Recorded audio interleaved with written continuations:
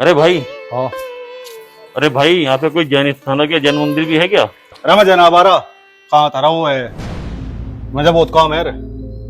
दया पालो।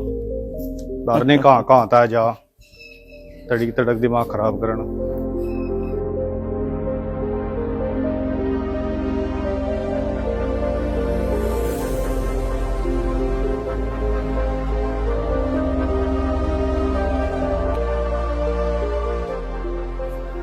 अरे भाई, प्रणाम गुरुदेव। यहाँ पे कोई जैन स्थानक या जैन मंदिर है क्या? नहीं, यहाँ तो कोई जैनी स्थानक नहीं है।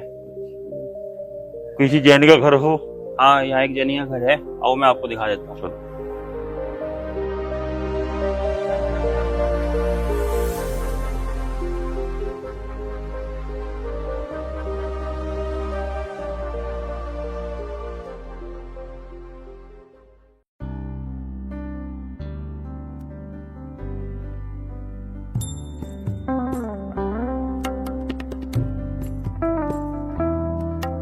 चलो जी महाराज।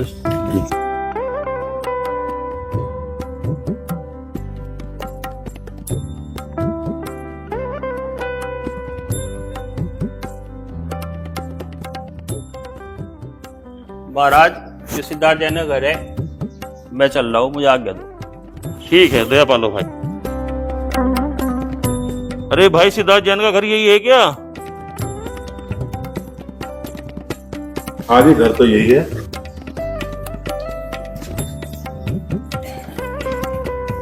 कहिए। भाई, मैं एक जैन संत हूँ। प्रणाम गुरुदेव। प्रणाम। अपने मालिक को बुला दो जरा एक बार, उनसे कहना कि जैन संत आए हुए हैं। पर महाराज, वो तो किसी साधु संत से नहीं मिलते। ऐसा क्यों? उन्हें एक बार कहो आप जाके कि जैन संत आए हैं। ठीक है महाराज।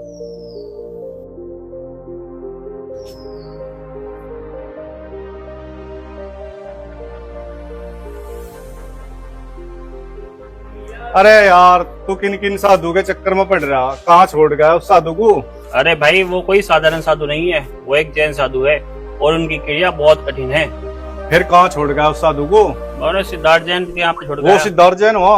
हाँ, वही लाला जी। ठीक है। तुम्हें पता है, जैन धर्म ही बस एक ऐसा धर्म है जिसके भगवान के पास कोई भी हथियार नहीं है।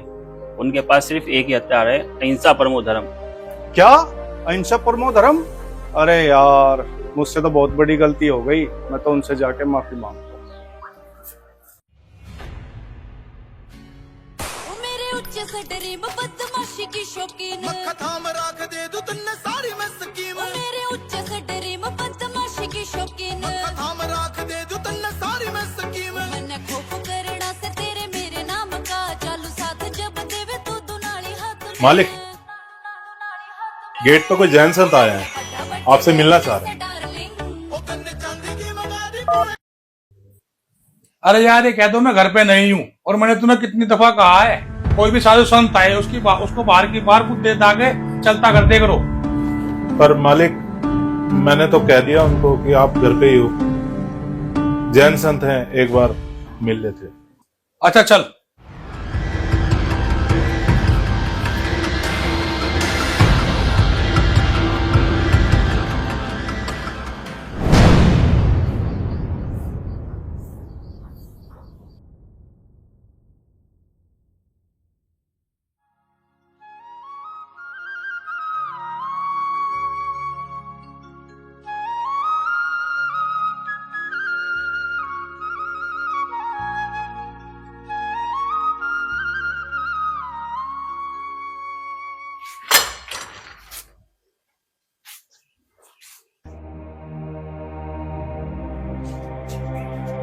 बताइए मुनि, क्या काम है मुझसे? सिद्धार्थ भाई, हम जैन साधु जगह जगह धर्म प्रचार के लिए विहार करते रहते हैं। अच्छा अच्छा, ठीक है। ये बताओ, बिहार के लिए तुम्हें पैसा चाहिए, साधन चाहिए? तुम जहाँ कहोगे मेरा नौकर तुम्हें गाड़ी से छोड़ाएगा। नहीं नहीं भाई, हम साधु विहार पैदल करते हैं और हम साधु लोग कभी भी धन दौलत नहीं रखते। हम तो भोजन भी भिक्षा मांग कर खाते हैं। अरे तो मुनि, तुम्हें क्या चाहिए जल्दी बताओ, मैं लेट हो रहा। भाई सिद्धार्थ, कल से हमारा चतुर्मास बैठना है। अरे महाराज ये बताओ, ये चतुर्मास क्या होता है? भाई, जैन साधु का चतुर्मास आषाढ़ शुल्क एकादशी अर्थात देश यशनी एकादशी से शुरू होता है और कार्तिक शुल्क एकादशी अर्थात देवस्थान एकादशी तक चलता है, जो आमतौर पर जुलाई और नवंबर महीने के बीच होता है। इन 4 महीने में जैन साधु और साध्वियां एक ही स्थान पर रहकर धार्मिक क्रिया जैसे साधना, तपस्या एवं प्रवचन कर धार्मिक प्रचार करते हैं, ताकि वर्षा ऋतु में चलने फिरने से होने वाले जीवों की हिंसा होने से बचा जा सके। अरे तो महाराज ये तो बताओ, तुम मुझसे क्या चाहते हो? भाई, यदि तुम्हारी आज्ञा हो तो मैं तुम्हारे यहाँ पर चतुर्मास करना चाहता हूँ। ठीक है मुनि महाराज, पर देखिए मैं धर्म पर और साधु संतों पर विश्वास नहीं करता हूँ, मैं कर्म पर विश्वास रखता हूँ, इसलिए मेरी कुछ शर्तें हैं। भाई, क्या शर्तें हैं, बताइए। तुम कभी मेरे रहन सहन पर ध्यान नहीं दोगे और मुझे कोई आज्ञा नहीं दोगे। ठीक है भाई, दया पालो। महाराज को कमरा दिखा दो। आओ भाई देख। आओ महाराज, आपको कमरा दिखा दूं।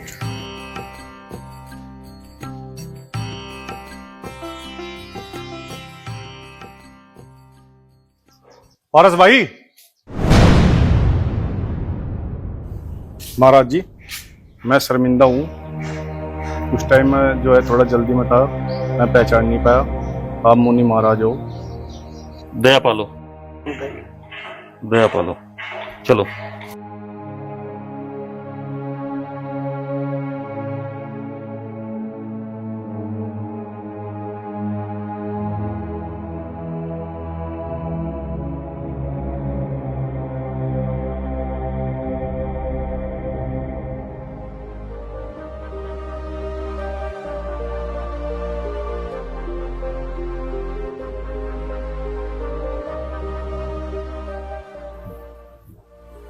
आइए महाराज, ये आपका बेड।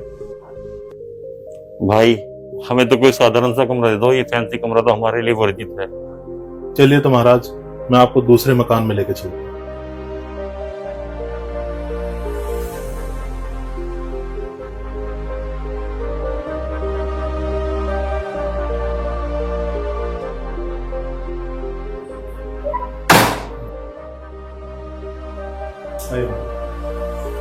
ये देखिए, ठीक है।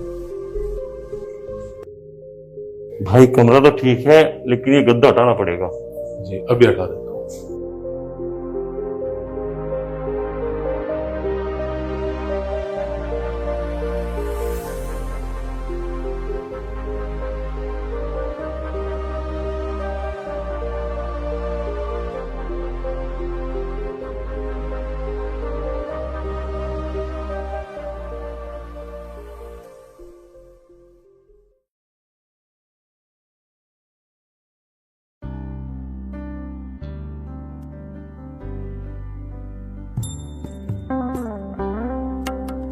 महाराज, अब आप आराम कीजिए, मैं आपके लिए कुछ खाने का प्रबंध करता हूँ। नहीं भाई, हम साधु लोग गोचरी करते हैं। ये गोचरी क्या होती है? गोचरी यानी तुम्हारे हिसाब से भिक्षा मांगकर खाना, अर्थात पहले हम मांगकर लाते हैं, फिर उसको खाते हैं, उसको गोचरी कहते हैं। ये हमारे धर्म की एक क्रिया होती है। महाराज जी प्रणाम। दया पालो। प्रणाम। दया पालो।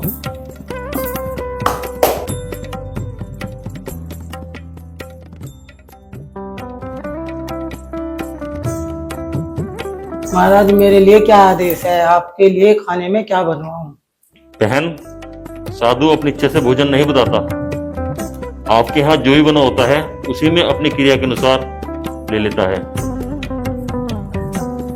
महाराज, चलो तो फिर भोजन के लिए चलते हैं। ठीक है।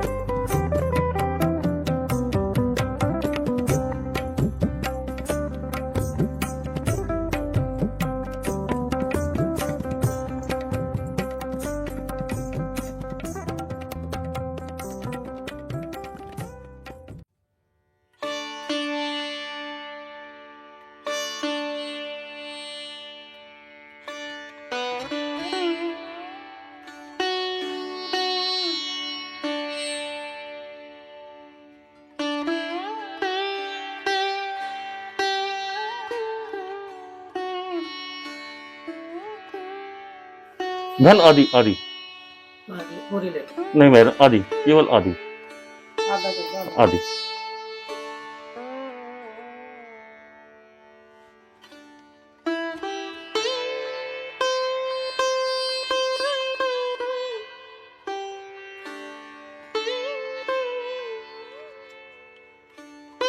बस थोड़ा थोड़ा नहीं नहीं थोड़ा थोड़ा थोड़ा बस।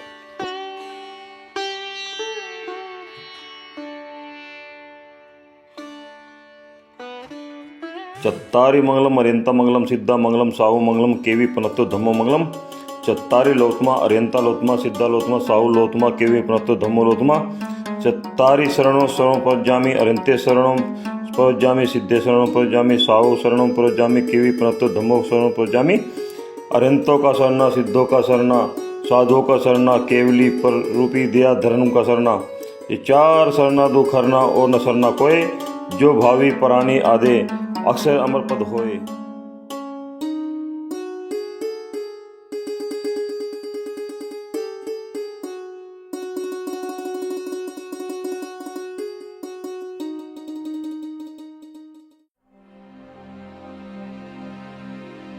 नमो अरिहंतानम नमो सीतानम नमो अयरियानम नमो विछायानम नमो लोए सवे साहुनम। ऐसो पंच नमोकारो सब पावपनाश लो मंगलानं च सव्वे सिंह पड़वम हवै मंगलम।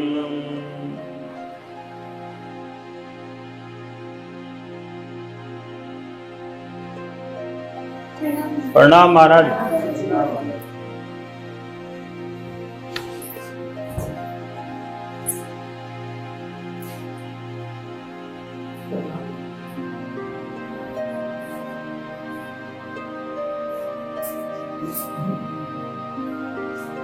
श्रावक हमारे जैनियों में गुरुदेव प्रणाम नहीं कहते, हमारे जैनियों में मत्थी वंदामी गुरुदेव कहते हैं।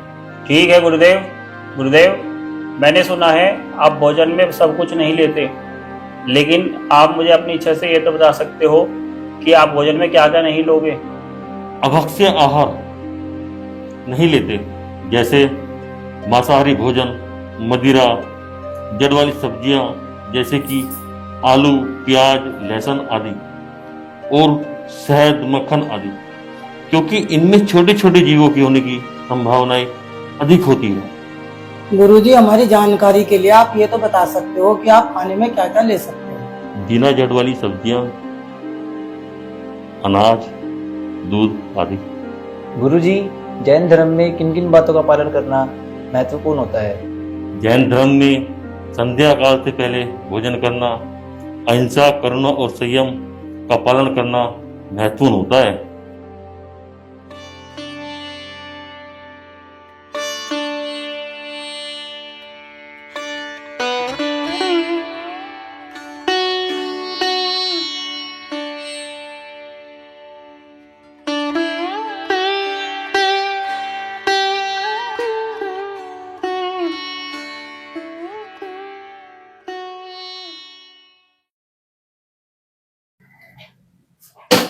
मेरे सपनों की रानी कब आएगी तू, आई रुत मस्तानी कब आएगी तू। अरे मालिक आ गए आप बैठो, मैं खाना लगाता हूँ। पारस पहले एक गिलास पानी दो। मेरा खाना तो बाद में लगाना, पहले तू ये बता क्या उन्होंने खाना खाया? उन्होंने? किसने मालिक? मेरा मतलब साधु ने खाना खाया? खाना? नहीं मालिक, उन्होंने तो पिछले 15 दिनों से कुछ भी नहीं खाया। क्या? अरे क्या कह रहा है ये तू? उन्होंने पिछले 15 दिन से कुछ नहीं खाया? जी मालिक, गुरुजी के उपवास चल रहे हैं, वो सारा दिन में केवल गर्म पानी लेते हैं। महाराज महाराज दया पालो।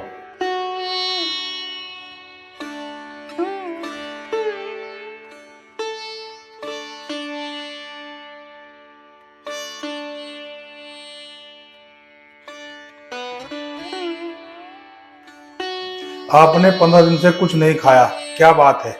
कुछ नाराजगी है क्या? इसने कुछ कहा आपसे? नहीं नहीं श्रावक, साधु तो राग और द्वेष से दूर होता है। साधु किसी से नाराज नहीं होता। रही बात गोचरी की, तो मैं 1 महीने के लिए दिन में केवल 1 समय पानी, गोचरी में 5 वस्तुओं का प्रण लिया है। यदि 5 चीज में से कोई भी चीज मिल जाए तो एकासना कर लेता हूँ, वरना केवल पानी से उपवास कर लेता हूँ। महाराज, क्यों अपनी आत्मा को भूखा रख रहे हो? ये क्या अपनी आत्मा पर अत्याचार नहीं है? सिद्धार्थ भाई, आत्मा अजर अमर है। इसे ना भूख लगती है, ना प्यास लगती है, ना यह गीली होती है, ना यह जलती है। जिसे तुम अत्याचार बता रहे हो, उसे हम संयम कहते हैं। मोक्ष प्राप्ति के लिए ईश्वर के द्वारा बताया गया सबसे उत्तम मार्ग है ये।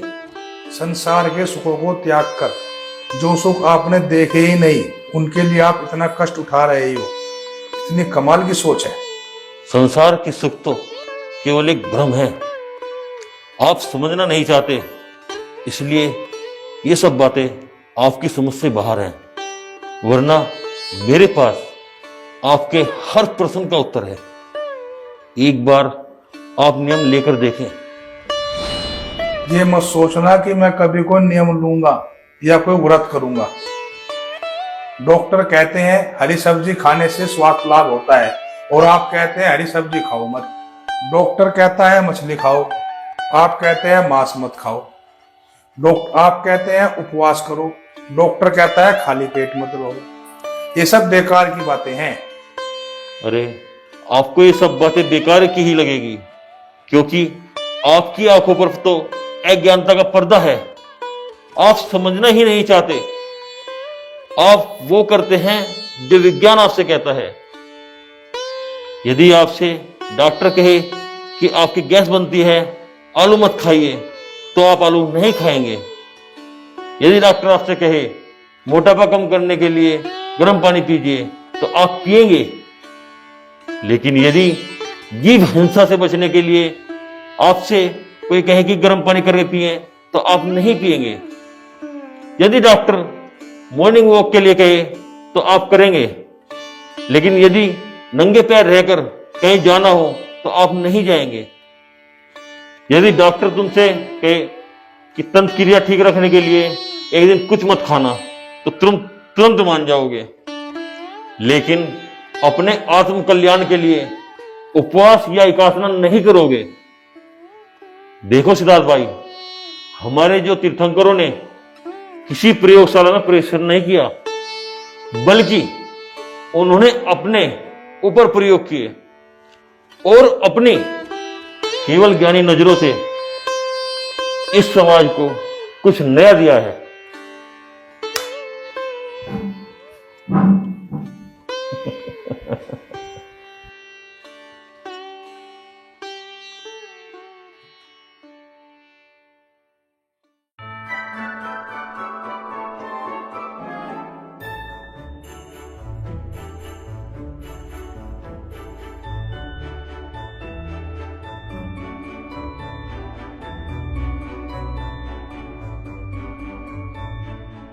और सब ठीक है? सब ठीक है? जी गुरु। हाथ जोड़ लो, नमस्कार मत पढ़ो।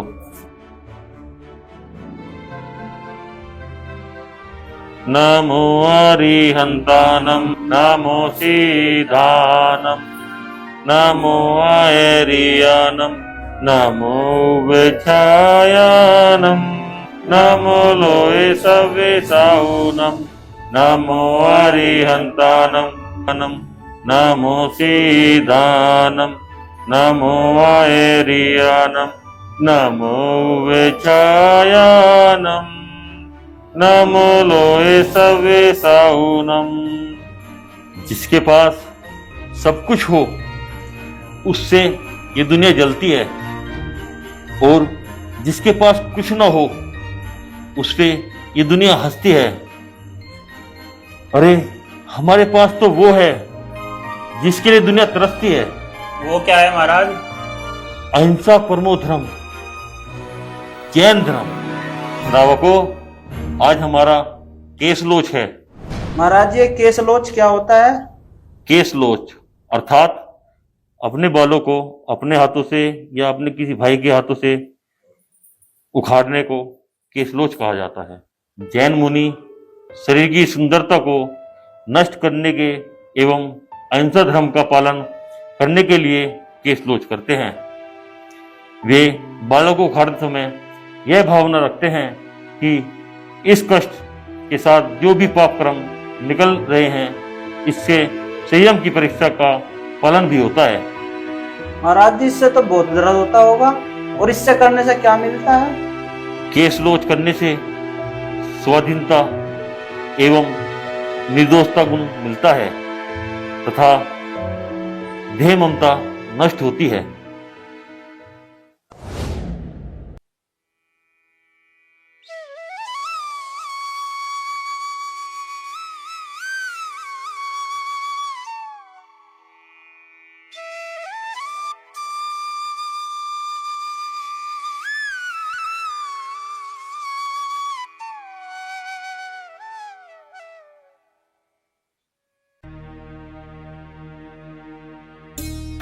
मालिक, जैन साधु की तपस्या तो बड़ी कठिन है।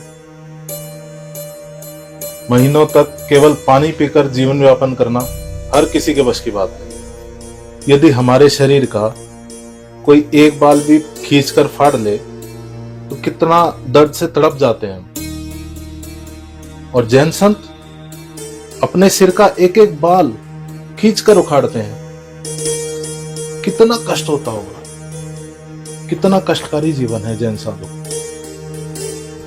धन्य है जैन साधु। चल ज्यादा प्रवचन न देवे और जाके एक गिलास पानी लिया। आया साधु का भगत।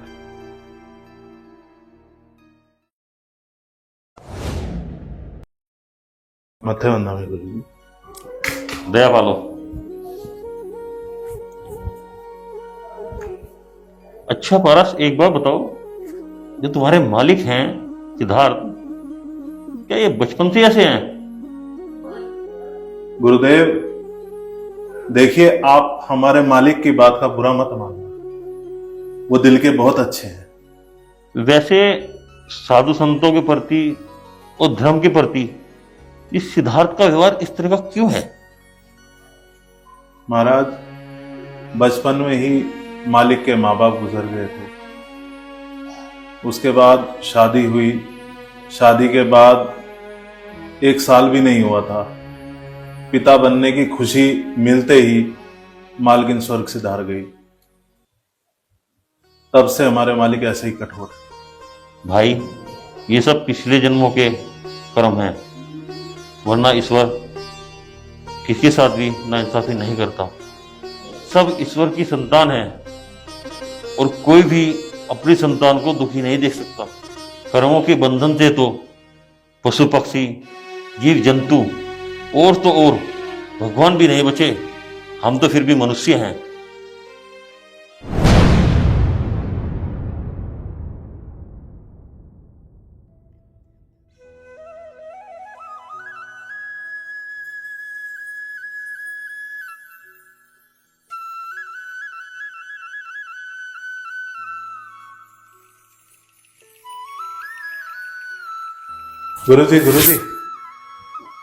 गुरुजी, मैंने आज लॉटरी का टिकट खरीदा है। बहुत गलत बात है पारस जी। चोरी, जारी, जुआ, सट्टा, इन सब चीजों से मनुष्य को दूर रहना चाहिए। हमेशा अपनी मेहनत पर ही गर्व होना चाहिए। नियम लो, आज के बाद तुम कोई भी इस तरह के गलत कार्य नहीं करोगे। गुरुजी, मैं आपके चरणों की कसम खा के कहता हूं, मैं आज के बाद कोई गलत काम नहीं करूंगा। आज आपका विहार है, मैं ये चाहता हूं कि आप मुझे कुछ ऐसा देकर जाएं जिसे कि मैं हमेशा याद रखूं। पारस, हम तो साधु हैं, हमारे पास देने के लिए कुछ नहीं, केवल दो चीज के अलावा। पहला दीक्षा और दूसरा धर्म लाभ। वो तुम पसंद करो, तुम्हें क्या चाहिए। गुरुजी, आप मुझे धर्म लाभ दे दीजिए, जिससे कि मेरा कल्याण हो जाए।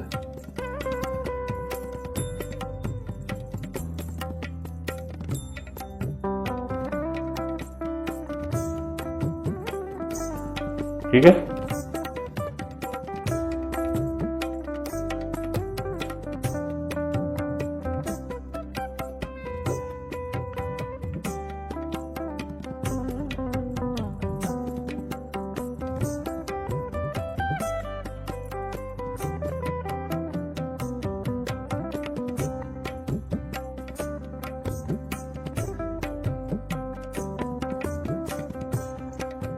दया फलो।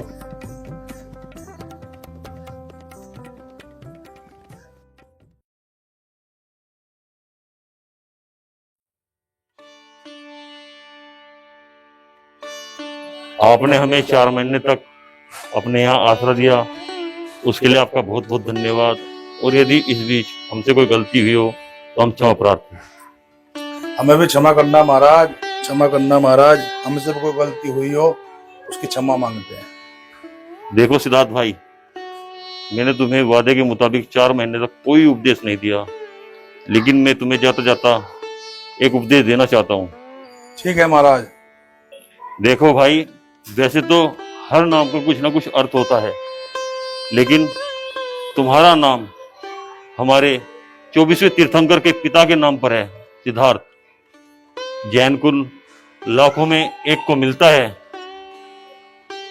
सिर्फ एक बार अपने अंतरात्मा से पूछ कर देखना, आपकी मान्यताएं क्या हैं, जैनियों की मान्यताएं क्या हैं। जिस दिन तुम ये बात समझ जाओगे, उसी दिन तुम्हारा जीवन सार्थक हो जाएगा। ठीक है महाराज, मैं सोचूंगा। महाराज, तुम महाराज जी को छोड़ के आओ।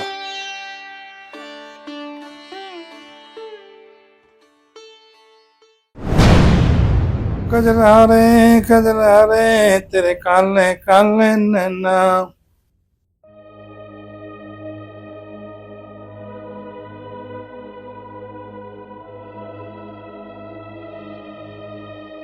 मालिक, मालिक। अरे क्या हुआ, इतना खुश क्यों है? मालिक, कुछ दिन पहले मैंने एक लॉटरी का टिकट लिया था। मुझे 10 करोड़ की लॉटरी लगी है। मुझे तो लगता है गुरुजी का आशीर्वाद ही है। क्या 10 करोड़ की लॉटरी? ऐसा तेरा गुरुजी तुझे क्या दे गया? उस साधु को रखा तो मैंने, मुझे तो कुछ दे नहीं गया। तुझे क्या दे गया? गुरुजी मुझे एक जाप दे के गए हैं। ओम नमो असि आहुषा नमः। बस तुम यही दे के गए? ये तो मुझे पूरा मंत्र आता है। ओम नमो अरिहंतानम, ओम नमो श्री सिद्धानम, ओम नमो आर्यानम, ओम नमो अजायानम, ओम नमो लोय सबे साहूनम, ऐसो पंच नमोकारो सर्वे पावकनाशिनो मंगलारं च सर्वेषु परमं हवै मंगलम्। मालिक, आपके मुंह से पूरा मंत्र सुनकर मुझे यकीन हो गया कि इस मंत्र में कितनी ताकत है। ये देखिए, आपको ये मंत्र आज भी याद है। यह मंत्र कितना प्रभावशाली है। इसकी ताकत को पहचानिए मालिक, इसकी ताकत को पहचानिए। जरा सोचिए, जब इस मंत्र में इतनी ताकत है, जैन धर्म में कितनी ताकत होगी। ठीक है मुनि महाराज, पर देखिए, मैं धर्म पर और साधु संतों पर विश्वास नहीं करता हूँ। मैं कर्म पर विश्वास रखता हूँ। इसलिए मेरी कुछ शर्तें हैं। भाई, क्या शर्तें हैं, बताइए।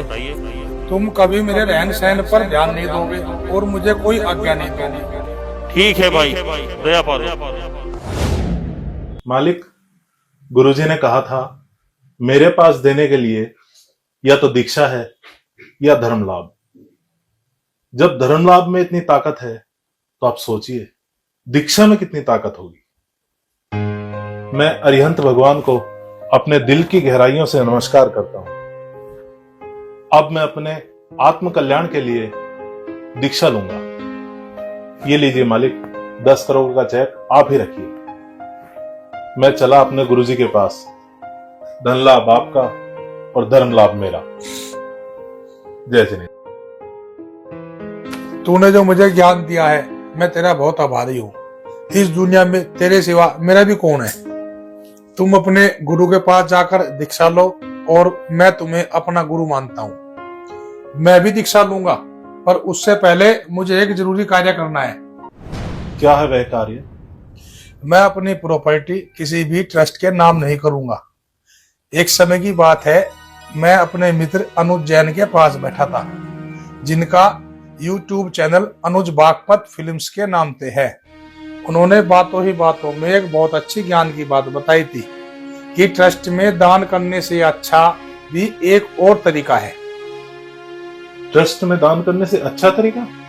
वो क्या है मालिक? अपने गांव शहर में अपने जैन भाई चिन्हित करें जो किराए के मकान में रहते हैं। उनको एक 50-50 गज के फ्लैट बना कर दो, ताकि उनके सर पर छत आ जाए अपनी, और वे अपना लालन पोषण अच्छे से कर सके। और ये पूरी दुनिया में जैन समाज के द्वारा किया हुआ अलग ही कार्य होगा, और इससे हमारे जैनी भाइयों का आत्मबल भी बढ़ेगा। इसके अलावा स्कूल और अस्पताल भी खोल सकते हैं, जिससे जैनी भाइयों को निःशुल्क शिक्षा, निःशुल्क उपचार की सेवा मिलेगी। अरे मालिक, ये तो अनुज जी ने बहुत ही अलग हटके कार्य बताया है। हर गांव में, शहर में जो फिजूल में पैसा लगता है, दिखावे में पैसा लगता है, अगर वही पैसा इन चीजों में लगे तो हमारे जैन भाई कितने आगे बढ़ेंगे, और पूरे विश्व में हर जिले का, हर गांव का, हर शहर का जैन भाइयों का कितना नाम होगा। ये बहुत ही अच्छा कार्य है, और मैं इस कार्य को पूरा करके ही आऊंगा, चाहे कितना भी समय लगे। अब तुम जाओ, मैं इस कार्य को करके ही आऊंगा। ठीक है मालिक, मैं चलता हूं। ठीक है, जाओ तुम।